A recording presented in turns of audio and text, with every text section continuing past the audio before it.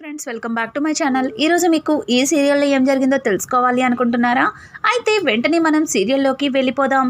ఇక పద్మావతి అయితే విక్కీతో కలిసి గుడికి వెళ్ళడానికి చాలా పెద్ద ప్లానే చేస్తుంది. కానీ విక్కీ మాత్రం పద్మావతి మీద కోపంతో ఇక ఆఫీస్కి వెళ్ళిపోతుంటే, అరవింద ఆగు విక్కీ, పద్మావతి కూడా గుడికి వెళ్తుందంట కదా, తనని కూడా నీతో పాటు తీసుకెళ్ళు, అక్కడే దారిలో తనని డ్రాప్ చేయొచ్చు కదా అని చెప్పడంతో విక్కీ, లేదక్కా, నాకు ఆఫీస్లో మీటింగ్ ఉంది, నేను తనని తీసుకెళ్ళటం కుదరదు అని చెప్పడంతో ఇంతలో పక్క నుంచి ఇక పద్మావతి, నేను కూడా అటువైపు నుంచి గుడికి వెళ్తున్నాను, కావాలంటే నిన్న అక్కడ గుడి దగ్గర డ్రాప్ చేసి గుడి పక్కన నాకు కోర్టులో పని ఉంది అని చెప్పి మురళి అనడంతో ఒక్కసారిగా మురళి మాట విన్న పద్మావతి, పర్వాలేదన్నయ్య, నేను క్యాబ్ తీసుకుని వెళ్తాను, మీకెందుకు ఇబ్బంది అని చెప్పి ఇక పద్మావతి అంటుంటే, ఇంతలో విక్కీ, ఎవరూ అవసరం లేదు, నేనే తనని గుడి దగ్గర డ్రాప్ చేస్తాను అని చెప్పి ఇక విక్కీ అయితే పద్మావతిని తీసుకొని గుడికైతే బయలుదేరతాడు. ఇక గుడికి వెళ్ళి పద్మావతిని గుడి దగ్గర డ్రాప్ చేయాలి అనుకుంటాడు. పద్మావతి అయితే, అమ్మయ్య, అనుకున్నది సక్సెస్ అయింది, ఇప్పుడు ఈయన్ని కూడా నాతో పాటు గుళ్ళోకి తీసుకుని వెళ్తాను అని చెప్పి పద్మావతి అనుకుని ఇక కారులో కూర్చుంటుంది. విక్కీ మాత్రం చాలా సీరియస్గా కార్ డ్రైవ్ చేస్తుంటే పద్మావతి అయితే, సారు, ఏం కొంపలు మునిగిపోయినాయని అంత సీరియస్గా కార్ డ్రైవ్ చేస్తున్నారు, కాస్త నవ్వచ్చు కదా, రాత్రి నుంచి మీరు ఏదోలా ఉన్నారు, అస్సలు మీ మొహంలో చేంజింగ్సే లేవు, ప్లీజ్ సారు, నా కోసం ఒక్కసారి నవ్వచ్చు కదా అని చెప్పి పద్మావతి అడుగుతుంటే, ఏయ్, నాకు ఆఫీస్లో మీటింగ్ ఉంది, నేను అర్జెంటుగా వెళ్ళాలి, నన్ను డిస్టర్బ్ చేయొద్దు, నిన్ను గుడి దగ్గర దింపాలి అన్నావు కదా, దింపేస్తాను అని చెప్పి ఇక గుడి రాగానే దిగు అని చెప్పి పద్మావతిని దిగమని చెప్పడంతో పద్మావతి, నేను దిగను, నన్ను ఇంటి దగ్గర డ్రాప్ చేసేయండి అని చెప్పడంతో, ఏం మాట్లాడుతున్నావు, నువ్వేగా గుడిలో డ్రాప్ చేయమని చెప్పావు, మళ్ళీ ఇప్పుడు ఇంటి దగ్గర అంటావేంటి, అసలు నీకు మెంటలా అని అడగడంతో, అవును, ఈ టెంపరోని పెళ్లి చేసుకున్న తర్వాత మెంటలే వచ్చింది, ఆయన గుడి దాకా వచ్చి గుడిలోకి రానంటారేంటి, వస్తారా అరిచి గొడవ చేయమంటారా అని చెప్పి పద్మావతి అయితే ఇక విక్కీతో నానా గొడవ చేస్తుంది. విక్కీ పద్మావతి కారు దిగేంత వరకు గుళ్ళోకి వస్తారన్నట్టుగా సైలెంట్గా ఉండి ఇక పద్మావతిని బయటికి తీసి ఇంకా తను కారు తీసుకుని వెళ్ళిపోతుంటే, సారు, ఆగండి సారు, గుడి దాకా వచ్చారు, గుళ్ళోకి వస్తే మీ సొమ్మే మరిగిపోతుంది, రండి సారు అని చెప్పి పద్మావతి అయితే ఇక విక్కీ చెయ్యి పట్టుకుంటుంది. విక్కీకి అయితే పద్మావతి మీద విపరీతమైన కోపం వస్తుంది. నిన్న నైట్ జరిగిన సంఘటనే విక్కీకి పదే పదే గుర్తొస్తుంది.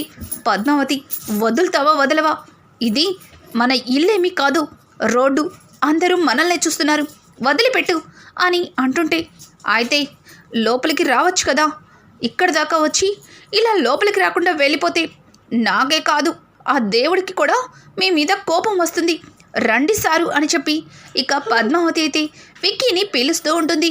చుట్టుపక్కల వాళ్ళు, బాబు, అమ్మాయి అంత ప్రేమగా పిలుస్తుంది, వెళ్ళొచ్చు కదా అని చెప్పి ఇక అందరూ కూడా పద్మావతి పిలుస్తుంటే విక్కీకి నచ్చ చెప్పడంతో విక్కీకి ఇష్టం లేకపోయినా బలవంతంగా గుళ్ళోకైతే వెళ్తాడు. ఇక ఇది ఇలా ఉండగా వాళ్ళని ఫాలో చేసుకుంటూ వచ్చిన మురళి అయితే పద్మావతికి కాల్ చేస్తాడు. ఇక పద్మావతి ఫోన్ లిఫ్ట్ చేయకుండా తను సైలెంట్లో ఫోన్ పెట్టేస్తుంది. ఇక గుడి దగ్గర తను కాలు కడుక్కొని పూజకి కావలసిన సామానం తీసుకురావడానికి ఇక పూజా సామాగ్రి దొరికే దగ్గరికి పద్మావతి వెళ్తూ తన చేతిలో ఉన్న వస్తువులని విక్కీ చేతిలో పెడుతుంది. ఇక విక్కీ అయితే తనకి ఇష్టం లేకపోయినా అక్కడే ఒక ప్లేస్లో నుంచుని పద్మావతి ఇచ్చిన వస్తువులని పట్టుకొని పద్మావతి వైపే ఊరిమురిమి చూస్తూ ఉంటాడు. ఇక పద్మావతి అయితే పూజా సామాగ్రిని తీసుకోవడానికి ఇక ఆ షాప్ దగ్గరికి వెళ్ళి తనకి కావలసిన ఐటమ్స్ అన్నీ తీసుకుంటుంది. ఇక ఇంతలో మురళి అయితే పద్మావతి ఫోన్ చేస్తుంటే లిఫ్ట్ చేయట్లేదని మళ్ళీ దివ్య ఉన్న వీడియోని ఫార్వర్డ్ చేసి పద్మావతికి పంపిస్తాడు. ఇక ఉన్నట్టుండి మెసేజ్ల సౌండ్ గ్యాప్ లేకుండా వైబ్రేషన్ రావడంతో విక్కీ పద్మావతి మొబైల్ని తనకి ఇష్టం లేకపోయినా ఆ ఫోన్ని ఓపెన్ చేద్దామని అనుకుంటాడు. కానీ మళ్ళీ తన మనసులో తన ప్రమేయం లేకుండా తన ఫోన్ చూడొచ్చా అని చెప్పి విక్కీ తన మనసులో అనుకుంటూ పర్వాలేదు, తను ఫోన్ చూసినంత మాత్రాన ఏం కాదు అని చెప్పి మళ్ళీ విక్కీ ఇక ఫోన్ ఓపెన్ చేస్తాడు. ఫోన్ ఓపెన్ చేసేసరికి పైన మురళి నెంబర్ నుంచి పద్మావతికి చాలా మెసేజెస్ వస్తాయి.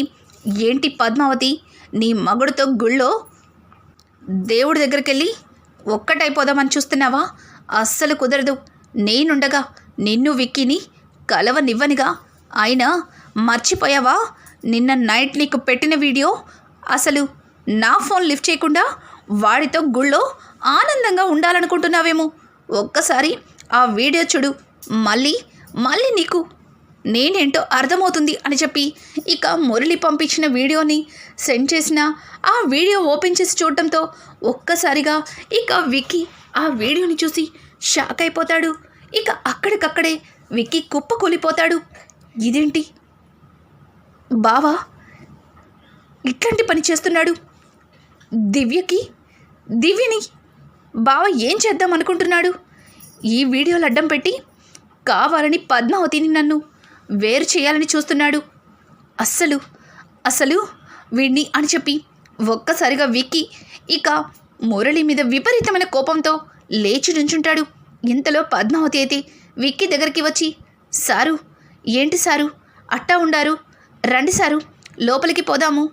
సరేలే, మీకు ఇష్టం లేకుండా ఎందుకులే, మీకు ఇష్టం లేకుండా ఇక్కడ దాకా తీసుకొచ్చాను, కానీ లోపలికి తీసుకెళ్ళడం కష్టమని అర్థమవుతుండాది. వద్దులే సారు, మీరు మీటింగ్ ఉండదన్నారుగా, పొండి సారు అని చెప్పి ఇక పద్మావతి అయితే విక్కీ గురించి మాట్లాడుతూ ప్రేమగా విక్కీ వైపు చూస్తూ వెళ్ళండి సారు అని చెప్పి ఇక చెయ్యి పట్టుకుని వెళ్ళమని చెబుతుంది. ఒక్క క్షణం విక్కీ పద్మావతిని ఎంతలాగా బాధ పెట్టాను అన్న సంగతి గుర్తు చేసుకుంటాడు. పాపం మా కోసం, మా కుటుంబం కోసం ఎంతలాగా పరితపిస్తుందో పద్మావతి. అనవసరంగా ఇంత మంచి పద్మావతిని అపార్థం చేసుకున్నాను, తనని దూరం చేస్తున్నాను. నా మాటలతో తన మనసుని చాలా గాయపరిచాను పద్మావతి అని చెప్పి ఒక్కసారిగా విక్కీ తన 2 చేతులతో పద్మావతి మొహాన్ని దగ్గరికి తీసుకుంటాడు. ఇక పద్మావతి అయితే, సారు ఇది ఇల్లు కాదు సారు, గుడి, ఇక్కడేంటి సారు అని అంటుంటే, అది కాదు పద్మావతి, నిజంగా నేను ఏదో చిరాకులో ఉండి నిన్ను నా మాటలతో చాలా బాధ పెట్టాను. నన్ను క్షమిస్తావా పద్మావతి అని చెప్పి విక్కీ అయితే ఇక పద్మావతికి క్షమాపణ అడుగుతాడు. ఒక్క క్షణం పద్మావతి అయితే, శ్రీనివాస నిజంగా నువ్వు ఉన్నావప్పా, నీ దగ్గరికి రాగానే ఈ టెంపరోడి మనసు మార్చుండావు, నిజంగా నాకు చాలా సంతోషంగా ఉండాది అని చెప్పి ఇక పద్మావతి అయితే ఆ శ్రీనివాసుడికి నమస్కారం చేసుకొని విక్కీతో సంతోషంగా గుడిలోకి వెళ్తుంది. ఇక మురళి అయితే, ఏంటి పద్మావతి ఈ మెసేజ్లు చూసినా వీడియో చూసినా సరే అస్సలు రెస్పాన్స్ అవ్వట్లేదు, అసలు ఏమనుకుంటుంది నా గురించి? ఇప్పుడే ఈ పద్మావతి అంతు చూస్తాను అని చెప్పి ఇక మురళి అయితే ఇక గుడికి బయలుదేరతాడు. గుడికి వెళ్ళిన మురళికి అక్కడ పద్మావతి విక్కీ కలిసి ఇక గుడిలో పూజ జరిపించుకోవడం చూసి, ఓ పక్కన విక్కీ గడుంటే ఈ పద్మావతికి లోకమే తెలీదు, దివ్యకి ఏ గతి పడుతుందో పద్మావతి మర్చిపోయినట్టుంది, ఇప్పుడే నేను గుర్తు చేస్తాను అని చెప్పి ఇక మురళి అయితే కావాలని విక్కీకి కనిపించకుండా పద్మావతికి మాత్రమే కనిపిస్తూ ఇక దూరంగా నుంచుని ఉంటాడు. ఒక్కసారిగా పద్మావతి గుడిలో దేవుడికి నమస్కారం చేసి కళ్ళు తెరిచి చూడడంతో దూరం నుంచి మురళి కనిపిస్తాడు. ఇక మురళి అక్కడి నుంచి తన చేతిలో ఉన్న మొబైల్తో సైగలు చేస్తూ, ఈ ఫోన్లో ఉన్న వీడియోని సోషల్ మీడియాలో అప్లోడ్ చేసేస్తాను, దివ్య అందాన్ని అందరూ చూసేలా చేస్తాను, ఇంకా దివ్య జీవితాన్ని నాశనం చేస్తాను అని చెప్పి మురళి అయితే ఇక పద్మావతికి దూరం నుంచి సైగలు చేస్తూ ఉంటాడు. పద్మావతి ఒక్క క్షణం మురళిని చూసి గజగజ వణికిపోతుంది. ఉన్నట్టుండి విపరీతమైన చెమటలు పట్టేస్తుంది. ఇక పంతులు గారు, అమ్మ హారతి తీసుకోండి అని చెప్పడంతో పద్మావతి పాపం అదేమీ పట్టనట్టుగా పక్కన ఉన్న కుంకుమని పెట్టుకుని తన చేతిని కర్పూరంకి తగిలేటట్టుగా పెట్టేసరికి ఒక్కసారిగా పద్మావతి చెయ్యి కాలుతుంది. అమ్మ హారతి తీసుకోమంటే హారతిని పట్టుకుంటారేంటమ్మా అని పంతులు గారు చెప్పడంతో ఇక పద్మావతి అమ్మ అని గట్టిగా అరుస్తుంది. ఇక విక్కీ పక్క నుంచి, పద్మావతి ఏమైంది?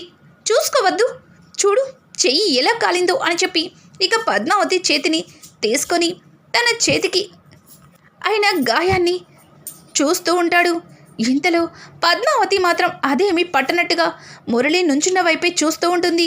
అనుకోకుండా విక్కీ తల పక్కకి తిప్పేసరికి దూరం నుంచి మురళి కనిపిస్తాడు. ఓ, పద్మావతి పరధ్యానానికి కారణం వీడా, చెప్తా వీడంతా చూస్తా అని అనుకుంటూ పద్మావతి ఇక మనం ఇంటికి బయలుదేరదాం అని అంటుంటే, సారు మీకు ఆఫీస్లో మీటింగ్ ఉండదన్నారు కదా సారు, మీరు ఆఫీస్కి పోండి, నేను ఆటోలో ఇంటికి పోతాను అని అంటుంటే, పర్వాలేదు మీటింగ్ క్యాన్సిల్ చేశాను, నిన్ను ఇంటి దగ్గర డ్రాప్ చేసి నేను ఆఫీస్కి వెళ్తాను, దా నేనే తీసుకెళ్తాను అని చెప్పి ఇక విక్కీ అయితే పద్మావతిని దగ్గరుండి తన కారులో ఎక్కించుకొని ఇంటికైతే బయలుదేరతాడు. ఏంటి పద్మావతి ఇంతలాగా బెదిరించినా సరే ఆ విక్కీ గాడితో చట్టా పట్టాలేసుకుని తిరుగుతుంది, ఇప్పుడు ఈ పద్మావతి ఎక్కడికి వెళ్తుంది అని చెప్పి మురళి చూస్తుండగా ఇక కారు ఇంటి వైపు తిరుగుతుంది. ఓ, ఇంటికి వెళ్తుందా, అది అలా రావాలి దారిలోకి, ఈ మురళి అంటే ఆ మాత్రం భయం ఉండాలి, ఈ భయాన్ని ఇంకాస్త రెట్టింపు చేసి పద్మావతిని నా సొంతం చేసుకుంటాను. ఇక విక్కీ ఎన్నటికీ పద్మావతిని క్షమించడు, జీవితంలో పద్మావతి మొహం చూడ్డు అని చెప్పి ఇక మురళి అయితే తన మనసులో అనుకుంటూ సంతోషంగా ముందుకు వెళ్తాడు.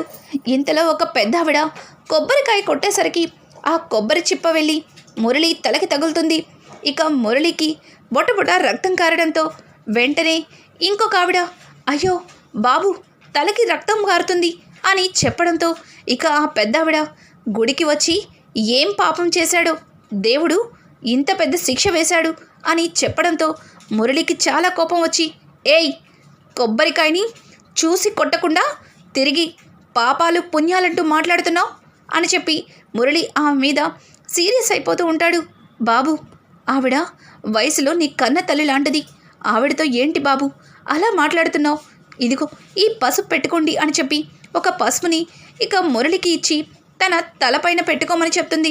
పెద్దావిడ మాత్రం మురళిని ఉరిమురిమి చూస్తూ, వీడు ఏం పాపం చేశాడు, అందుకే దేవుడు ఇంత పెద్ద శిక్ష వేశాడు, అంత శిక్ష వేసినా వీడికి ఇంకా బుద్ధి రాలేదు, రేయ్ నువ్వు చేసిన పాపానికి ఇంకా ఇంకా బాధలు పడుతూనే ఉంటావు, ఇక నుంచి నీకు మొదలయ్యాయి బాధలు అని చెప్పి ఆ పెద్దావిడ మురళి వైపు చూస్తూ శాపాన్ని పెడుతున్నట్టుగా అలాగే మాట్లాడుతుంది. ఏంటివిడ ఇట్లా మాట్లాడుతుంది, నన్ను చూసి ఏదో దేవుళ్లాగా శాపనార్థాలు పెడుతుంది, ఏదో అనుకోకుండా కొబ్బరి చిప్ప తగిలినంత మాత్రాన ఈవిడ పెట్టే శాపాలు నాకు తగిలిపోతాయా, ఇంతవరకు ఎన్నో పాపాలు చేశాను, ఏమన్నా నాకు తగిలాయా ఏంటి అని చెప్పి మురళి తన మనసులో అనుకుంటూ ఇక ఇంటికి బయలుదేరతాడు. ఇంటికి వెళ్ళిన విక్కీ అయితే పద్మావతితో, అక్క పద్మావతి హారతి పళ్ళాన్ని పట్టేసుకుందక్క, తన చెయ్యి కాలిపోయింది, తన చేతికి వెన్నపూస రాయాలి అని చెప్పి విక్కీ అయితే ఇంటికి రాగానే తెగ హడావుడి చేసేస్తాడు. విక్కీ ప్రేమని చూసిన పద్మావతి, సారు ఇంత ప్రేమ మనసులో పెట్టుకొని ఎందుకు సారు నా మీద అంత కోపాన్ని చూపిస్తుండారు, పైగా ఎప్పుడు ఎట్టా ఉంటాడో ఈ టెంపరోడు అస్సలు అర్థమవదు అని చెప్పి పద్మావతి అయితే చాలా ప్రేమగా విక్కీ వైపు చూస్తుంది. ఇంతలో మురళి వచ్చేసరికి మురళి తలకి తగిలిన గాయం చూసి, అరవిందా ఏవండి ఏమైంది, తలకింట గాయం, అసలు ఏంటండి ఏం జరిగిందో చెప్పండి అని అడగడంతో ఇక మురళి అయితే, అది రానమ్మా చిన్న దెబ్బే, నాకేం కాలేదులే, అనుకోకుండా ఒక చిన్న బాబు కారుకి అడ్డం వచ్చాడు, సడన్గా బ్రేక్ వేసేసరికి స్టీరింగ్కి తల కొట్టుకుంది, అంతేలే, ఇదిగో పెద్దగా గాయమేమీ కాలేదు, అక్కడే ఒక పెద్దావిడ పసుపిచ్చి తలకి పెట్టుకోమని చెప్పింది అని చెప్పడంతో, అదేంటి బావా రోడ్డు మీద వెళ్ళిన వాళ్ళకి పసుపు ఎక్కడి నుంచి వస్తుంది, నువ్వు ఏదన్నా గుడి దగ్గర యాక్సిడెంట్ అయిందా ఏంటి అని చెప్పి ఇక విక్కీ అడగడంతో, వీడేంటి గుడి దగ్గర నన్ను చూసినట్టుగా మాట్లాడుతున్నాడు, అదేం లేదు విక్కీ, ఎవరో పెద్దావిడ తన దగ్గర కొన్ని సరుకులు కూడా ఉన్నాయి, తను ఆ సరుకుల్లో నుంచి ఆ పసుపుని తీసి నాకు ఇచ్చింది అంతే అని చెప్పి ఇక మురళి అయితే అక్కడి నుంచి లోపలికి పద్మావతి విక్కీలని సీరియస్గా చూసుకుంటూ వెళ్తాడు. ఇక పద్మావతి అయితే మురళి చూపులకి ఎక్కడ తను దివ్య వీడియోని బయట పెడతాడేమో అని కంగారు పడుతుంటాడు. ఇక పద్మావతికి చేతికి గాయానికి మందు రాసి తన్ని గదిలోకి తీసుకెళ్తాడు. పద్మావతి కంగారుని చూసిన విక్కీ తను చూస్తుండగా తలుపుని దగ్గరగా వేస్తాడు. పద్మావతి, నీ మనసులో చాలా బాధ ఉంది. అది ఏంటన్నది నువ్వు చెప్తావా, నన్ను తెలుసుకోమంటావా అని చెప్పి ఊహించని షాకే విక్కీ ఇస్తాడు. విక్కీ ఇచ్చిన షాక్కి ఒక్కసారిగా నోరు వెళ్ళబెడుతుంది పద్మావతి. అయితే చూడు పద్మావతి, నాకంతా తెలుసు. నువ్వు నా దగ్గర ఏమీ దాచనక్కర్లేదు. ఏం జరిగిందో చెప్పు అని అడగడంతో అది సారు, మీరేం అడుగుతుండారో నాకు అస్సలు అర్థం కావట్లేదు అని చెప్పి పద్మావతి అంటుంటే ఇక విక్కీ, చూడు పద్మావతి, నాకు అంతా తెలిసిపోయింది. ఆ మురళీగాడు చేస్తున్న నాటకాలన్నీ నాకు తెలిసిపోయినాయి. నువ్వింకా నా దగ్గర భయపడనక్కర్లేదు. నీకు అన్ని విధాలుగా నేను నీకు తోడుగా ఉంటాను.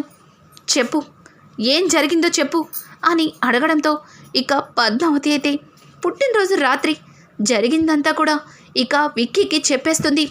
ఒక్క క్షణం విక్కీ ఇక పద్మావతిని దగ్గరికి తీసుకుని, నన్ను క్షమించు పద్మావతి, నేను నిన్ను అపార్థం చేసుకున్నాను. నా సూటిపోటి మాటలతో నీ మనసుని చాలా బాధ పెట్టాను. నన్ను క్షమించి ఈ విక్కీ ప్రేమని యాక్సెప్ట్ చేస్తావా అని చెప్పి విక్కీ తన ప్రేమ గురించి పద్మావతితో చెప్పడంతో ఒక్కసారిగా పద్మావతి ప్రేమగా విక్కీని హక్ చేసుకుంటుంది. ఇలా విక్కీ పద్మావతిలిద్దరూ కూడా ఒక్కటైపోతారు. ఇక మురళి గురించి నిజం తెలుసుకున్న విక్కీ ఎటువంటి నిర్ణయం తీసుకుంటాడు, అలాగే మురళి ఆగడాలని అరికట్టడానికి పద్మావతి విక్కీ కలిసి ఏం ప్లాన్ చేస్తారు, రానున్న ఎపిసోడ్స్ అయితే మరింత ఇంట్రెస్టింగ్గా మారబోతున్నాయి.